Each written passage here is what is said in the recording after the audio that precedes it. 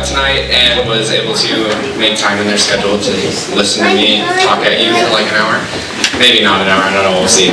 This is a preface, I have absolutely no notes or anything planned except for pictures, and I'm just going to go through them and talk about what's on the screen, I guess. So, for those who don't know me, I guess, super personally, I'm Joshua. I haven't been here super consistently the last little bit just because I'm out in college at OSU, and through OSU I ended up living in a place called Courtyard, which is like a co-op Christian housing organization.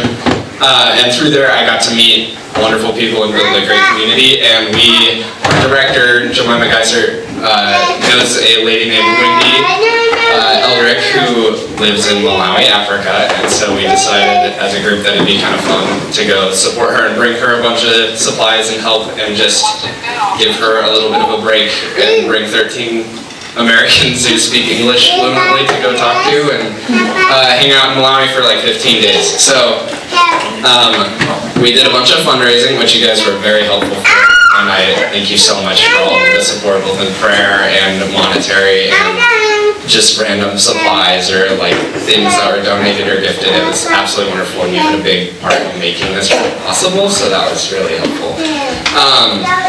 And so yeah, I just wanted to, it's been about a little over a month since we've gotten back, and so we've had some time to like debrief everything and sort through photos and a few videos and actually kind of process like what we did and the things we got to see and learn and all the difficult stuff. So I'm able to be able to share that cohesively with you tonight.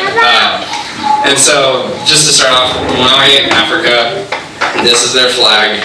It's also on the back of my shirt, so if you see it randomly, that is Malawi. So they are a very small country. That's actually the plane I flew into. This is their airport. It's literally a dust field with concrete. It's very, like you flew in from like a really big, we flew from PDX to London to South Africa, Johannesburg, and then, which is below Malawi, and then because they don't have an international airport, and so from there back to this airport, which is their like legitimate big airport. So it's very small. We flew in with roughly like 15 to 16 people. It was our group and like one couple on vacation. So that was the group on this plane.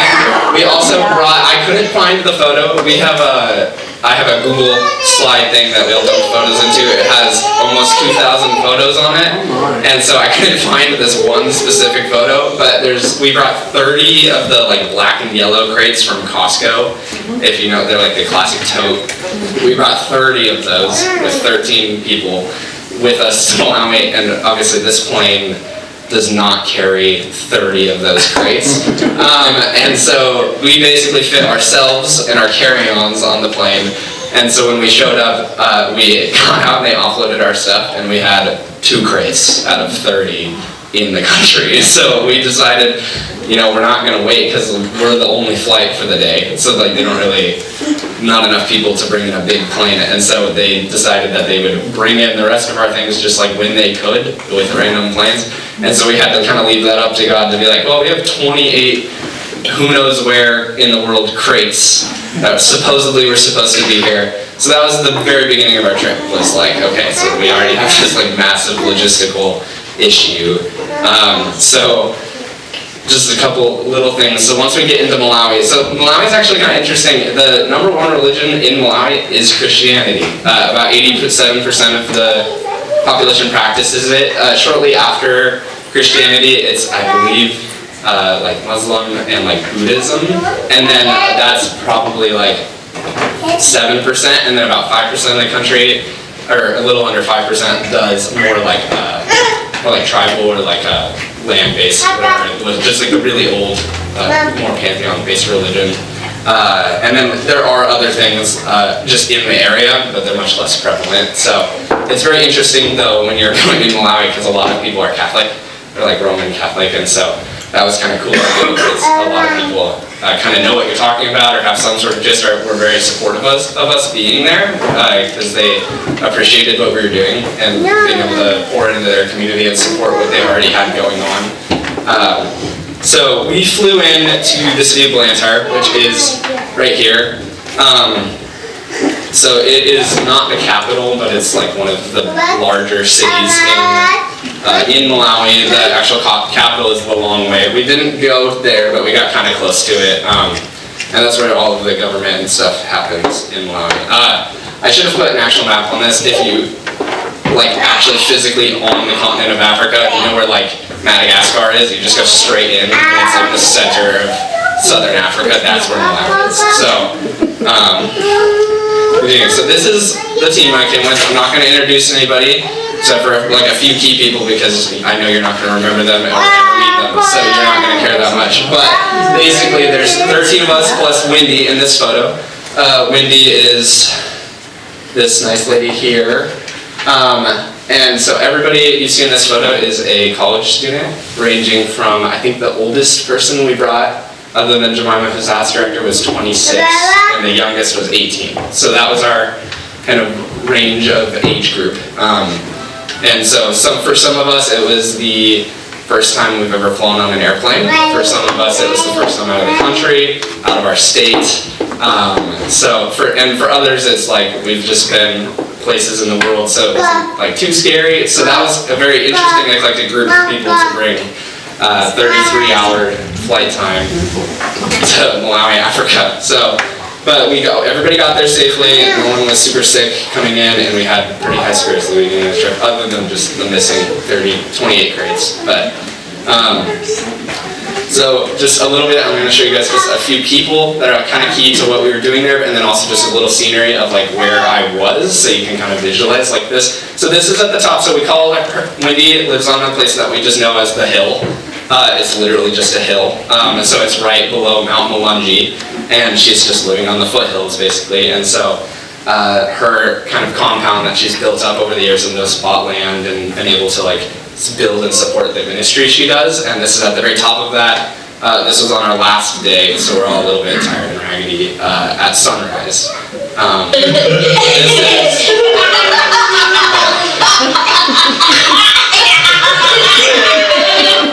It's a long video, so I'm going to stop it. But the little boys in this video I won't let me pause it. Basically, those two little boys are named Chifaniro and Chisomo. So Chisomo is, I'll show you her later, but one of the helper on the hill's son. And then Chifaniro is actually Wendy's son, not biologically, but she has taken him in. She got him when he was, I think, 7 years old. He's about 12 now. He was about the size of Evelyn, or Gwenny, at 7 years old, dying of malnourishment when she came and got him. He was probably like days from dying, and was able to feed him and like train him and like move his muscles and like allow him to actually walk. And so now he's like your classic, preteen 12-year-old boy running around and like having fun and scamming people and whatever trouble he can get into. But that's a lot of the children there. Like they look pretty like well off and they're having fun, and then you meet people who are like 3 months away, or like you're like, that's crazy that they're like this right now, but it's just like some of the crazy work God can do and the miracles He can do that we got to see personally. So, but yeah, that's Chifaniro and Chisomo. So they live on the hill full time, like that's just their home. They have a little tent. I didn't have a photo of it, but it's literally just a little tent that they live in. They have 2 beds with like little bug nets and like a little chest of their things. So not a lot of stuff, but they make it work and they love it. This is a picture of Jemima. So this is the person who led our group. And then this is the village elder. We have no idea how old she is, but she's up there. So Wendy was a little girl. She lived there with her parents, and then both her parents passed away. And now Wendy is about 40, I believe, and this lady remembers her as a kid. So she's at least, and she was already like, all of the memories of people that remember Wendy and do that, she was already like the elder of the village at that point in time. So we don't know how old she is, but she's definitely up there. And she was very gracious, and she invited us in and gave us a blessing and just like prayed over our, which was really cool. So this is Fanny. So this is Chisomo's mom in the photo. She is kind of like just the assistant and cooks and cleans and does all of that kind of stuff at the hill. She's also a amazing barterer and is super helpful at market.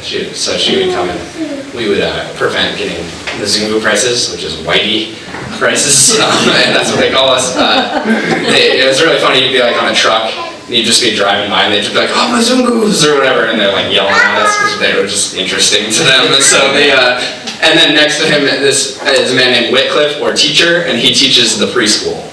So he's kind of the main preschool, which we'll talk about more later. And then this young man is 18. His name is Frank. He did a lot of the translating for us on the hill, so he's just working there. He's just kind of a hired help muscle, basically, to work with horses and move bricks and all this stuff. But he did a lot of translating because he speaks very fluent English as well as Chichewa, which is the local language. So that was super helpful. And then this is Wendy, more of a close-up in her truck. This truck is, I believe, a Ranger or something. It's a Jeep, but absolutely built to withstand anything. At one point we had 14 people, 2 goats, a chicken, and like a dog in this car, and it ran great over no road. So somebody said, one of the people, I'll show a photo of him later, said that he kind of oversees all the churches in Malawi. He said in the US you drive on the left side of the road, and the London you drive on the right, and in Malawi you drive on what's left of the road. So, which is true, because at some points driving around it was actually smoother ride to drive next to said road than on the road, because there's so much potholes and stuff. So, or just no road, and it was literally like we would drive next to the paved road because it was smoother than driving on a road. So this is Mount Malawi, and this would have been just at sunset or early morning. Sunset was about 5:30 p.m. So it was winter when I went there because the southern hemisphere, but then also because of the mountain, the sun would just naturally glide below the mountain, and so it would become like pitch black nighttime at like 5 p.m. So we'd be like eating dinner in the dark. Just because the sun would just dip below the mountains. But it was really pretty. The sunsets were like kind of okay because you can't see it. And so this is more of the view from the other way. So you can actually see all the way out to Mozambique, which is its neighboring country. It's pretty far away, but you can actually see the hill. We're gonna put we sponsored and are sending her materials to build a lit up cross that she can put on top of her water tower, and you will be able to see it all the way from Mozambique. So people just know locally that like if you have someone who's dying or sick or needs help, you just go to the hill, like you just go to Windy, and so people will travel like miles and miles to just come hopefully be able to get help from Windy, and lots of people have been able to have like miraculous healing and just find the resources they need through her, which is really cool. It happened a little bit while we were there, where just someone shows up and they're just like, they just wander in and we're like, who are you and what are you doing here? And they just have some crazy thing that they need help with. But this is what the average sunset would look like. So you can see it a little bit. It's very smoggy. People there they cook fire and they use charcoal, and so it's very smoggy in the mornings and the evenings when people are burning all of the wood. And there's not a lot of trees because they cut it down, but no one ever replants. And so it's very barren because they, like here in Oregon, it's like you cut one tree down, you plant like 7 or something crazy like that. But there, it's like you cut a tree down and then you just go cut the next tree down. There is no there's no sense of preserving the natural environment. So it's very barren, and every morning you go up and you see people burning. And it's actually illegal to burn wood for charcoal because of deforestation, but you can't burn active wood fires in their homes because they're brick and you would just suffocate if you did that. But if you burn charcoal, it doesn't smoke as much, and then you can cook at home, so people just do it anyways. And then this is the lake. So it's, I believe, the 7th largest lake on the planet. This is the southern point of the lake. This is my new happy place. It's absolutely gorgeous. But this is like the actual, the only good, legit sunset we got to see while we were there, because the mountains weren't in the way. But it's a very pretty lake. So this is a little bit of just overall, so now that you've seen it, so what did we actually do? So one of the biggest things we actually did was bring said 30 crates with us to Windy, because there's a lot of things that she can get by ordering it through somebody at the US and then shipping it at insane costs USD to get to her. So it's possible, But for the price of that, you could just send somebody to her for like a week with more stuff. So instead, we just brought 30 crates of like hoses and like knee braces and like solar panels and just stuff that they don't really produce there, you can't really get a hold of. Lots of sprinkler systems and stuff like that. So it's just simple things that you would never think twice of at Home Depot that is like beyond valuable in Malawi. So that was a very interesting thing for me because I like logistical things because I'm going to school to do logistics. So it was kind of fun to be able to bring all that. And then like honestly, a lot of the things we did are like super cool, but like the lasting impact that we were able to make, a lot of it stems from the stuff we were able to bring that support what she does so that she doesn't crumble infrastructurally. So that was super cool. Then we also taught preschool. As I mentioned, Whitcliffe is a teacher there. They already had a little preschool running. We kind of just came in and did almost like a VBS style thing because they're already learning well and it's a Christian run preschool, and so like they're learning the things they need. So it wasn't necessarily like starting a preschool, but it was really fun for the kids to do things like color, because that does not exist in Malawi. Like they don't have crayons, you know. So we were able to bring really fun things for them and like do crafts or like just simple things for us that are like profound for people there. The biggest thing we probably did was help build a church. So we fully funded the building of a church in a neighboring village called Wanaku, and started that process and helped gather all the supplies. I'll show pictures and talk more about that later. We did a lot of physical therapy. Wendy has a lot of children who I mentioned earlier are dying of malnourishment or are born with the ability to not walk, or they're not quite fully there mentally, or they have learning disabilities, or they can't speak, or stuff like that. And in their culture, if you have a kid like that, they just kind of tell you that your kid's a vegetable and they're going to be useless for your whole life. And so it's your job to take care of them. And so they kind of just sit in the corner and watch you work all day. And so what Wendy's been able to start doing is helping bring these kids in, and especially with their moms. It's almost more for the moms of training them to be like, your kid can actually walk someday, or like if you put the effort in, and like learning how to like just simply stretch out a kid's legs and like let their muscles, if you ever like your leg falls asleep or whatever and then you like move it and it's like does the twitching thing, that's like your leg learning muscle memory and like learning a new position. And so like doing that for a kid who can't walk and just straightening their feet out is like profound. I did it with one kid. I have pictures of him, and he went from like curled like this to like walking in like 3 days. I worked with him for 3 days and it was profound. So stuff like that of learning, being able to just teach very basic things that like you wouldn't really think about, but like are able to drastically improve people's lives as well as the parents and the family, because now you're not like doting on a person. You can actually have someone that is able to work with you or help you, and so it's really helpful to their societies and families as well. Other things we did while we were there is we did a little bit of preaching. I don't have any, I have some photos, not videos. I have videos of that. If you guys really want to hear the things we were talking, you can just reach out to me and I can send you those. I'll have to track them down. I have all of them somewhere in my computer, but they're kind of long, so I was like, I'm not going to make them sit through like 5 different sermons. But they're all very short because it's through translators and it's simple. And so we did a lot with the church, and then we got to baptize like 25 people or something like that. And baptism is not a thing there because water is a very valuable resource, and it seems there's not a lot of water. And if there's a lot of water, that usually means it's a flash flood, and you don't want to be in said water.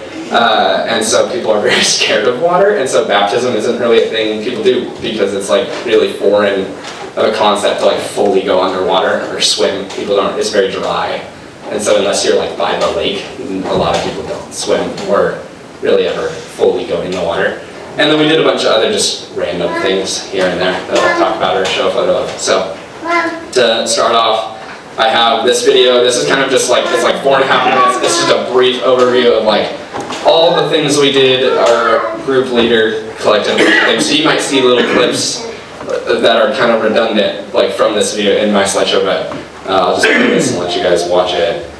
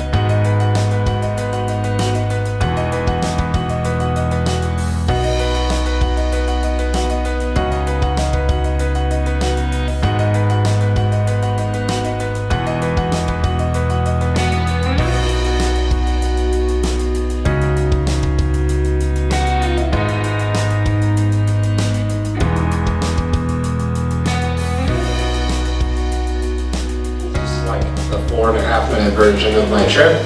Let's see if it'll let me.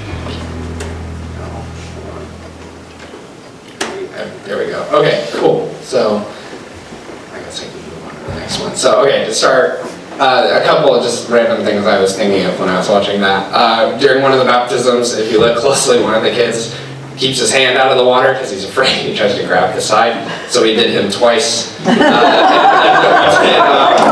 We also, I don't know why we did this, but we did the pastor of the church in Chaduba, which is the village that the hill is in, like last, basically. He was like very close to the end, but he is a big dude.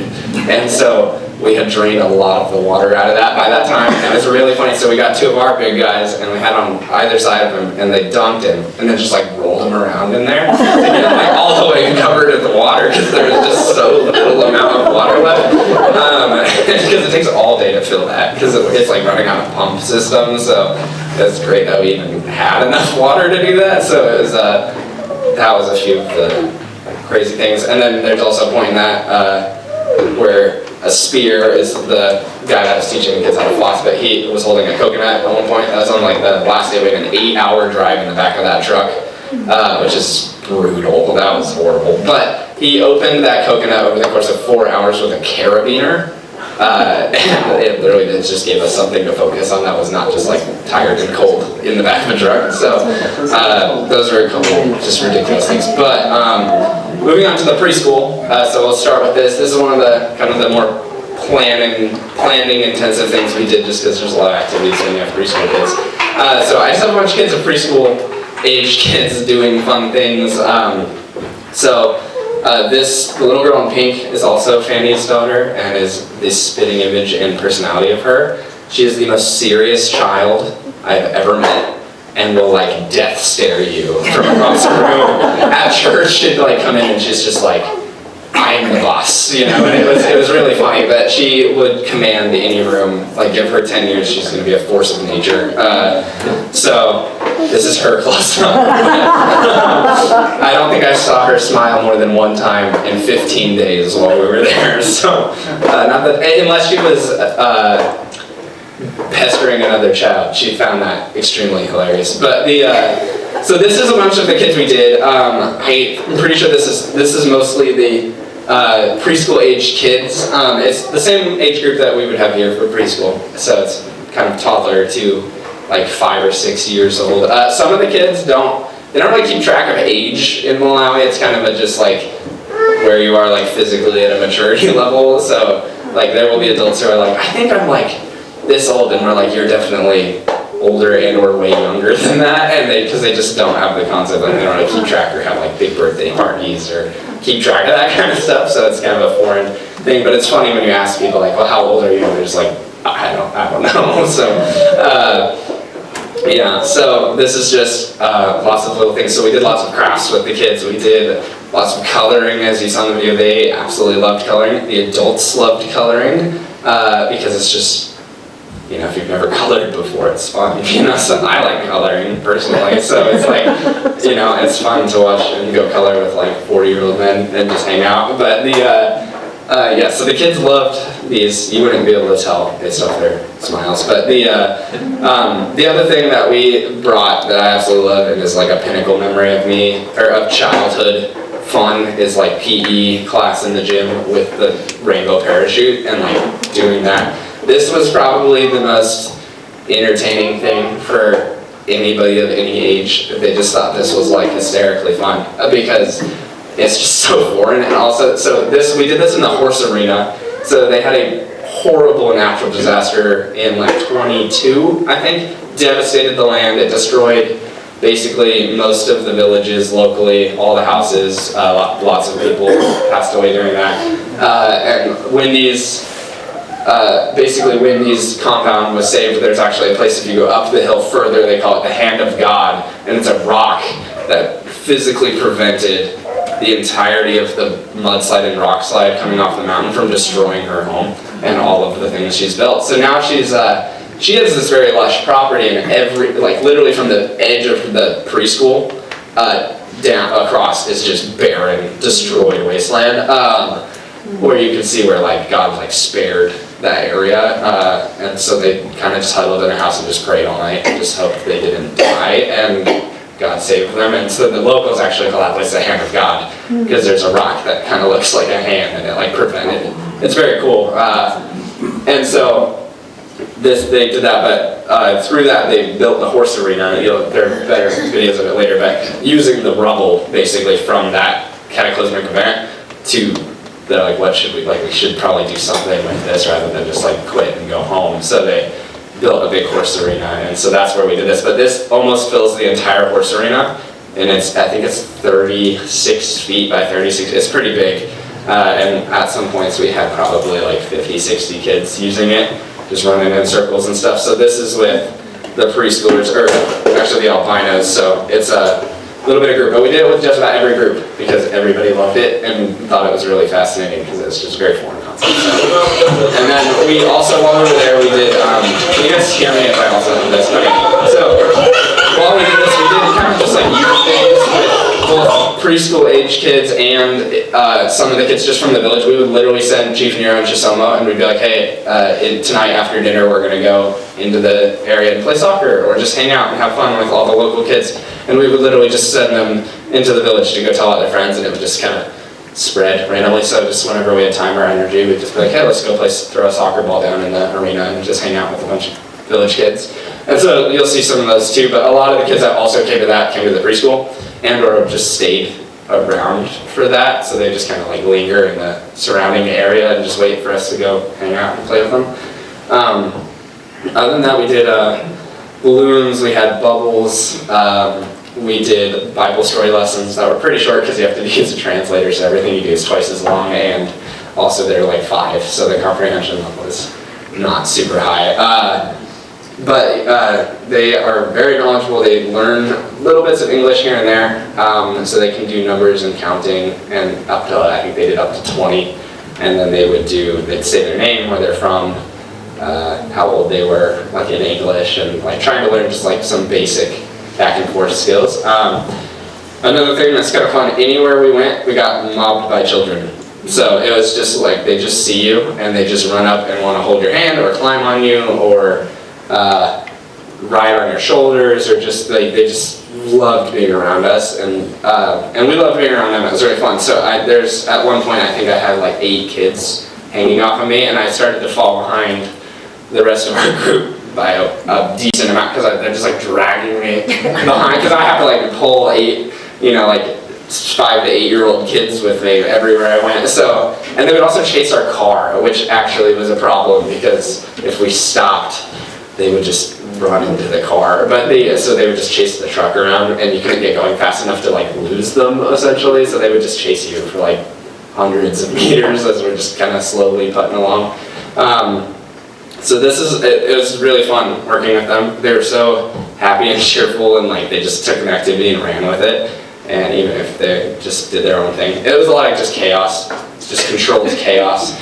But they found that really fun, and it was really fun to do. So then when it was less chaotic and it was just the preschool kids, this is the actual preschool. So it's probably smaller than like if you took this post to the wall and halved it. That's about the size of the preschool. So very small room. There was probably 30 kids in there with the teacher, and they had these little colorful chairs. You can see in the background, so we just stacked those when they were doing activities. So in this, we're coloring.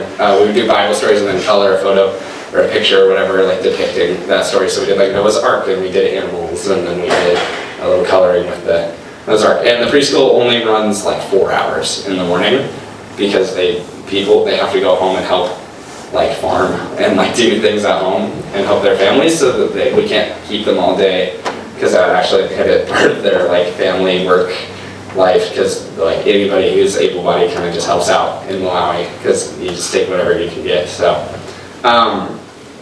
so while we were there, we would do simple lessons. We'd let them kind of do their morning normal routine just to keep some sort of routine for them, and also it's good for us to see like where they're at too. And that was kind of fun to watch them do all of their little counting, and the way they'd say it was very fun and very cute. But so we had Whitcliffe, and then Frank would come help, and then just whoever else was available that day. So we did that Monday through Friday every day while we were there for like a week and a half. And then on Mondays and Wednesdays we would do the work with the disabled children.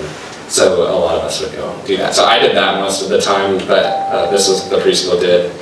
And I'm just going to click through some, but we did some math with them and just helped them do their normal lessons and just hung out. These are the 7 kids that were climbing on me. They finally let me go, and I took a photo with them. And the kids there love if you take a photo of them and then show them the photo, because no one has people have phones, but like in the villages, like they don't really have cameras or phones that it's a lot of flip phones. So they don't have the capacity to take a photo and look at it. So when we came with our, our iPhones or Androids and stuff that could have good cameras in them, it was really fun. They'd be like, photo or snap. They call them snaps. They'd be like, snap, snap, and you'd take a picture of them and show it to them, and they loved that. But so we just did. This is them counting. Oh, I guess that's really short. Oh, there it goes. 13, 14, 15, 16, 17, 18, 19, 20. Okay. Yeah, and then they just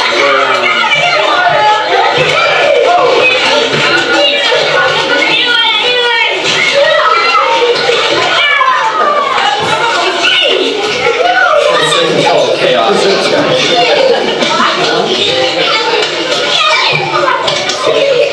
So that is in the horses. So that's, you can kind of see what they build out of. So if they don't use brick, which I'll show you a lot of the bricks and talk about that process later, but this is just rock and concrete basically, and they just built a big circle, leveled it out, and then just put sand and dust in there. So that's what we did with the horses. So that's the preschool. Moving on to building the church. So while we were there, the neighboring village of Wanaku has a pastor and a pretty small congregation, and they had a very small building on land that they had rented because they didn't have enough money to buy their own land or buy the church. And then, so due to some hardships on the family that owned that land, they not evicted, but kind of was like, hey, we have to sell this land so that we can provide for our own family. And so because the church didn't own said land and couldn't afford to buy said land, they kind of just all of a sudden didn't have a church building or anywhere to meet or something like that. And so we got the opportunity to come alongside and bring, for one, a bunch of fundraised money, and then also just the extra people and stuff. So we did some of the work. We helped. Honestly, the biggest thing with building the church is we brought the money for it. So we brought the funds that we were able to buy the bricks and pay the laborers and the concrete and actually buy the land for the new church, which is kind of fun because the land is literally one plot over from their old church. It's like across the street basically, which is really cool because they got to kind of stay where they were because they liked that location. And so the land they have now is a little bit bigger, and they have a way nicer building on it. So their old church looked like this. This was their church.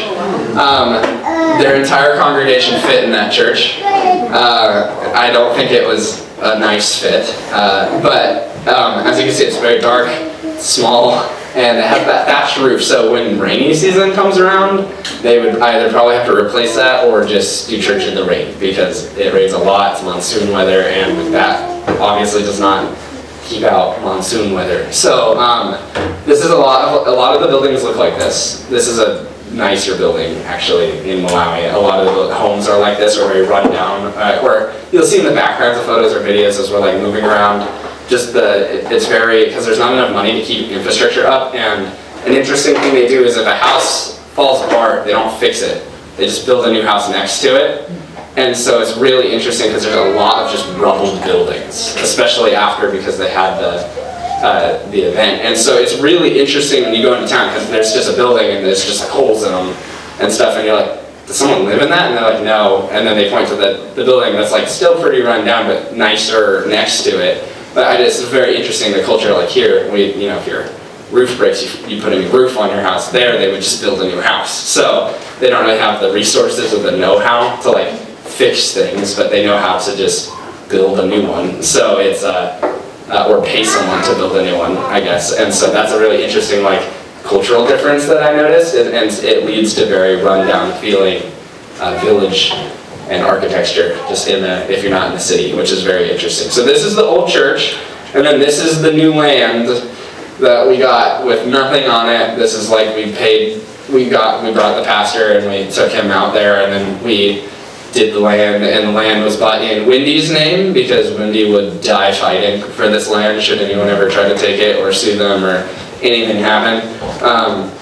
And because it's in her name, it can be passed because they do not fraternal, it's like they pass land down through the women of the family. So it was just kind of an interesting way they do that. But because it's in Wendy's name, it can be passed down to someone within the church should she pass away, or in 40 years she moves on or whatever. So any situation can happen, so they can pass the land on to someone else within the church or to the pastor or something like that. And then they can also keep the land because Wendy has the know-how and the will to just like die on that hill fighting to keep this land for that church. So we did that, and then we gave them the funds to like go through and process it all and do that. And so one of the things, this is kind of a fun little fact, I could not find the photo. I have a photo somewhere. My phone was really weird when I connected back. I lost some of my photos, which was kind of sad. So somewhere there's a photo of us, and we had a money changer come in, and he was contracted at the bank, and so we're in like the darkest part of a hotel because you don't want people to see money changing occurring because then they might try to rob you. And so we gave the guy 8,000 USD, and so in 50s and 100s because that's all they accept, and he proceeded to then give us 36 million kwacha just out of a black backpack in a dark corner, just pulling stacks and stacks of money out, which was just really interesting because it felt like one of those movies, you know, where they're like robbed a bank or something. It was very fun because I had never seen that much like physical money anywhere, and it was the equivalent of about roughly 8,000 US dollars. But because we had so much in the correct bills, we were really blessed, and they gave us a $4,200 exchange rate, so 4,200 kwacha to 1 USD. The going national rate, if I just walked into a bank and exchanged $8,000, would be 2,200 bucks. Wow. So we got almost double the amount of money we were expecting to get for our dollar. So that was super cool because I'll talk a little bit at the end, but it allowed us to sponsor some like major projects and renovations and stuff that Wendy had been dreaming for like 10, 12 years that she can now do. And so that was super cool to be able to like, here's all this extra cash that we can now go bless people with, or like build a church or something like that. So this is the land, and then this is the photo. So this is the pastor of the Wanaku church, and that's spelled weird. It sounds like it's an O, it's an M-N. No, it's just the way they phrase it. But so the Wanaku church, we went over to it and we blessed him, prayed over him, we prayed over the land, we laid hands on the land, we prayed over it, all the things we could possibly think of doing to just bless the area. Especially because a lot of the land there is very dry and dense and hard. Like this land was super hard when we were building it. They'd spend like hours hoeing like one area out, and it was just like back-breaking work. Luckily we had people that were also paid to help us do that. So then we had to go collect the bricks. So these are Malawian homemade bricks. They have a mold, so they make these bricks 2 at a time. This stack has about 30,000 bricks in it. Which you can imagine takes a lot of time and energy. And so basically what they do is they make kind of like a mud, rocky like mixture. They put it in the molds, they drop them out on the molds, and then they let them dry out in the sun. So it's kind of like a rough mud brick essentially. And then what they do is they stack them like this in like little groups crisscrossed. And then they leave, you can't see it at the bottom, but there's like 4 almost like little tunnels that run all the way through, and then it's kind of built up like a chimney, and they put wood, and they spend all night for like 2-3 days just burning fire underneath it, and then that's how they like solidify the bricks. So it's actually interesting because there are buildings you see occasionally that are not wood-fired bricks in Malawi, and if it rains, if you haven't burned your bricks, they melt in the rain because they're made out of mud and dirt and rock. And so they literally, it's like you build a building and then it rains and your building collapses. So we had to go get these, but then they were in a different village. So there was, Wanaku is on one side of where we were, and then they were in the other village on the other side, so we would drive them in truckloads back and forth for like weeks basically. So the whole time we were there, this was happening. And luckily we sent some money ahead to buy the bricks, way prior so that they were all done when we got there, because we have a lot of our group was dudes, and so we were able to just go sit in the sun, and we were all up for it, and so we just moved bricks all day. And so we would literally just put them in this truck and just go over, offload them, and we just do that like 4 or 5 times a day before lunch when it was not super hot. So then once we had all the bricks, they had to build a foundation. One of the fun things, I don't know if this was planned, but they just took the bricks from the old church and used them for the foundation of the new church. I don't think anyone told the builder to do that. I think he just saw free bricks and used them because he was like, oh, by the way, I did this thing, and we're all like, that's super cool and kind of poetic, and he was just like, they're free bricks. So but those bricks are the old church from the original building I showed you, and so they spent a lot of time digging out this trench essentially. And then they'd lay it in bricks and use the concrete in between the bricks and slowly building up this process. And so when we left, this is what it looked like. This was the church we helped build by the time we left, because it takes a long time to build a building. And if we built a full church in 15 days, it would not last probably more than 15 days. So this is a little bit later. So this was 2 or 3 weeks later, after just every day around the clock working on it. I don't yet have a full photo of it completed, but they're still working on it. Roofing and stuff takes a while, and it's going to be a good, strong building, so they're taking their time on it and making sure they do it right. But this was a little bit ago, and so you can see this is obviously a way nicer and bigger building. It has more windows, so there's actually light and airflow in said church. And then also, you'll notice this church does not take up the whole use of the land. So this is only about 1/4 of the land we bought, and that land can then be farmed on by the church. And so during crop season, they can use that money that they can basically grow crops and either help feed people, or they can sell it and use the money to help do choir and help keep the church up to date and fixed and stuff. So that was a really cool ability, because their old land, because they were renting it, and weren't really able to work the land at all, or do anything other than just show up and do church.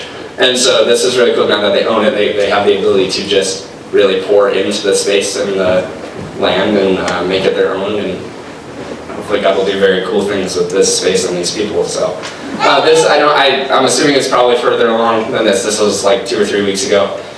So we'll see where it goes, and if I ever get a photo, I guess I'll send it out. I'll probably get a finished photo at some point. I'll send it to you guys. So then that was building the church. So then the other fun thing was attending church. We got to attend church 2 times. So when we come to church here, it's very you sing a couple songs. My dad preaches, or AJ preaches. Someone preaches the 45-minute sermon, and then you sing a couple more songs. You eat some snacks and go home, right? So that's kind of what you think of when you think of modern church. No one can read in Malawi very well, and so the people there, also the pastors, are not trained pastors. They're just people who love the Lord and want to share it with people, and so they have whatever training they can get their hands on, essentially. And so there's a man named Bishop. He kind of oversees. He's kind of the guy above the pastors in Malawi. He oversees every single church in Malawi. Kind of how we have CB. He's kind of the James Gleason of Malawi. And so he just comes out. He got to actually visit and help us. He helped us with the baptisms and stuff like that. So when you're attending church there, people can sing and they can dance, but they cannot read. So they might do a 5-minute quick sermon, or just do some reading out of the Bible. But then a lot of what they do is just worshiping the Lord, because that's what they're able to do and what they can understand. Because if I sat there and read them a whole passage out of the book like we do on a Sunday morning, and then tried to pull something out of it, I would just baffle a lot of the people, or they wouldn't really be able to verify anything I'm saying, or stuff like that. So a lot of the things they can do is just worship, and they do choir there, kind of, so they'll have choirs come in and they sing songs, and then they'll also do group worship. So I have a couple videos to show you. This is Bishop. His name, we just call him Bishop the whole time. That's not his actual legal name, but we call him Bishop because he's just in charge of, he's like a bishop, he's just in charge of all the churches. So, this is what the church building looks like in where we were. So this is the church on the hill. Basically, it's on Wendy's property. We did our We do school there sometimes, we do church there, we do helping disabled children there. We feed people there. It's kind of just like a big hub. It's just a big empty space basically that we can do stuff in. This is the other side of it. I got to preach while I was there, so if you guys want that at some point, I have it. It's about 8 minutes long. And if you want it, I'll send it to you. So we got the opportunity to speak. I believe 5 of us spoke, not including Jemima or Wendy. So I spoke, and then Ruth spoke. We also baptized Ruth while we were there, which was very exciting. Wendy spoke a little bit, and then this is a man named AJ, and this was my roommate until very recently because he got an internship at another church and moved and left me. But this is Jaden. This is church.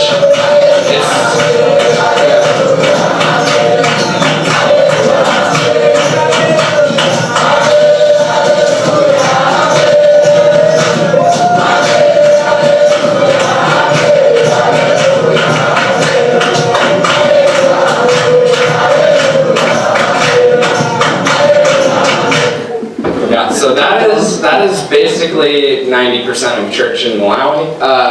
It's really fun. It's just like a dance mosh pit, and you just worship the Lord. It's very different than this church. You'll also notice there's like dogs and random just whatever wanders in, kind of is just there. And so that's really fun. My 2 favorite songs they have one that they did at the beginning of one of the services. They're called Up Up Jesus, Out Out the Devil. And so they all like do this big motion, like and sing Up Up Jesus, and then they will like physically go open a door and be like, ow, ow, the devil. And they get like really into it. And then the other song they sing is, it's not the whole song, but at one point in the song, like one of the choruses is about stoning the devil, and they will literally circle up and leaving a center area open and just motion like this and sing about stoning the devil, and it's epic. But other than that, a lot of the songs are like this, and it's very you just move however you feel to move, and it's very fun and high energy and very loud, and they have beautiful singing voices there because that's a lot of what they do, so they're all well vocalized and trained. So this is one of the choirs.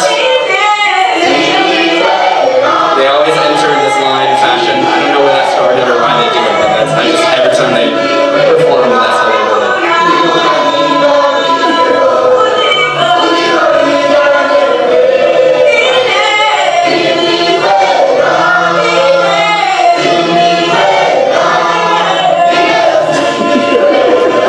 That is Thor. He's a German shepherd that was on the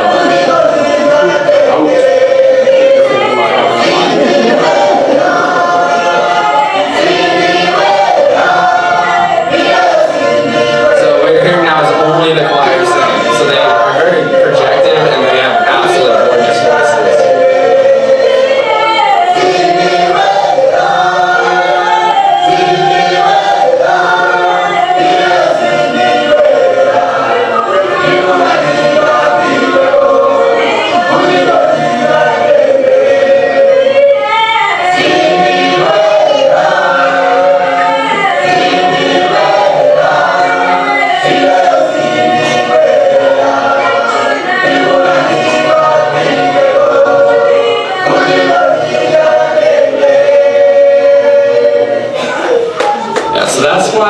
Is like when you're not doing the whole mosh pit dance thing. That's what most of. So it's actually very fun. They do the choirs. They had one of the Sundays we did a lot of singing because the church at Winaku also came and joined us I'm very tired. But where we were, they came in and joined us, and it was just really fun. And so we had 2 choirs at church, and so they both did their whole set, and it was really fun. The church was like 2 hours long, and it was mostly just singing and hanging out and worshiping the Lord. So that was super cool. I think I have one more video of them just like here they're singing. This one has an instrument, so they have just kind of random drums or like whatever they just kind of makeshift, and they use that. So this is like a pigskin drum or something like that.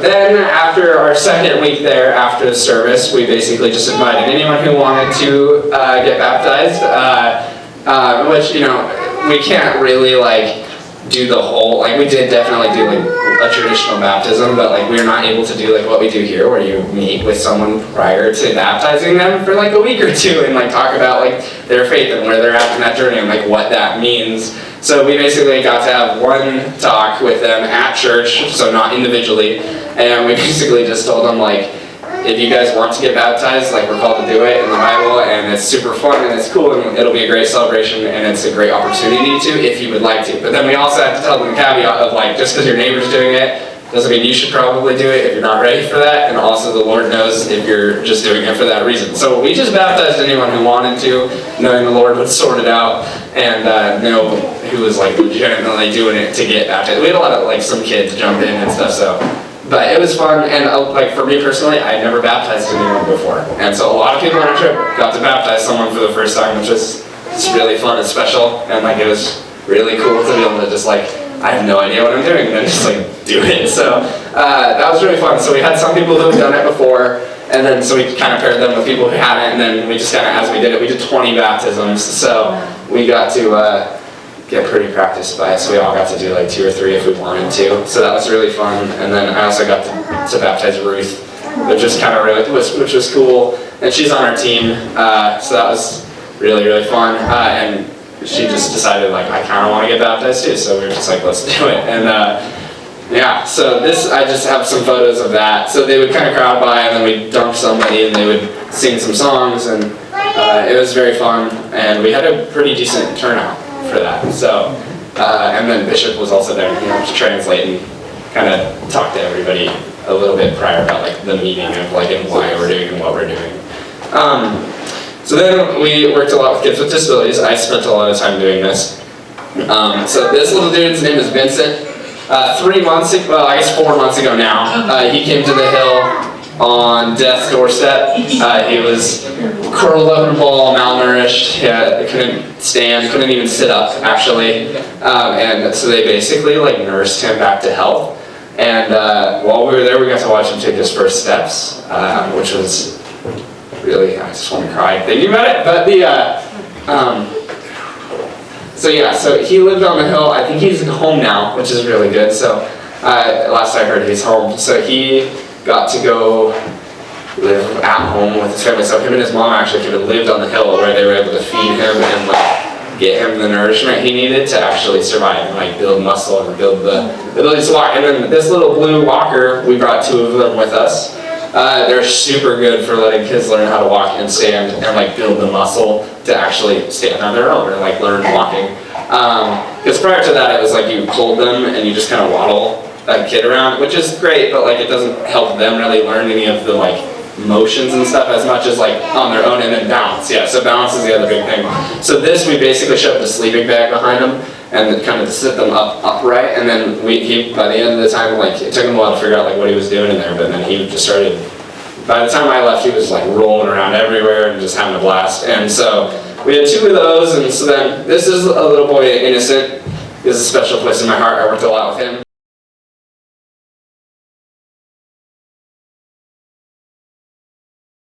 I'm 20 for reference, so like he's roughly my age to like a toddler age, you know, and so like their parents would come in with them or whatever, and so we kind of just organized a fun hangout day. It wasn't really like super Bible-y or anything, but just to love on them, because they don't have a lot of people who will just actually take them and like talk to them and like learn about who they are, what they're up to in their lives. So we did some coloring.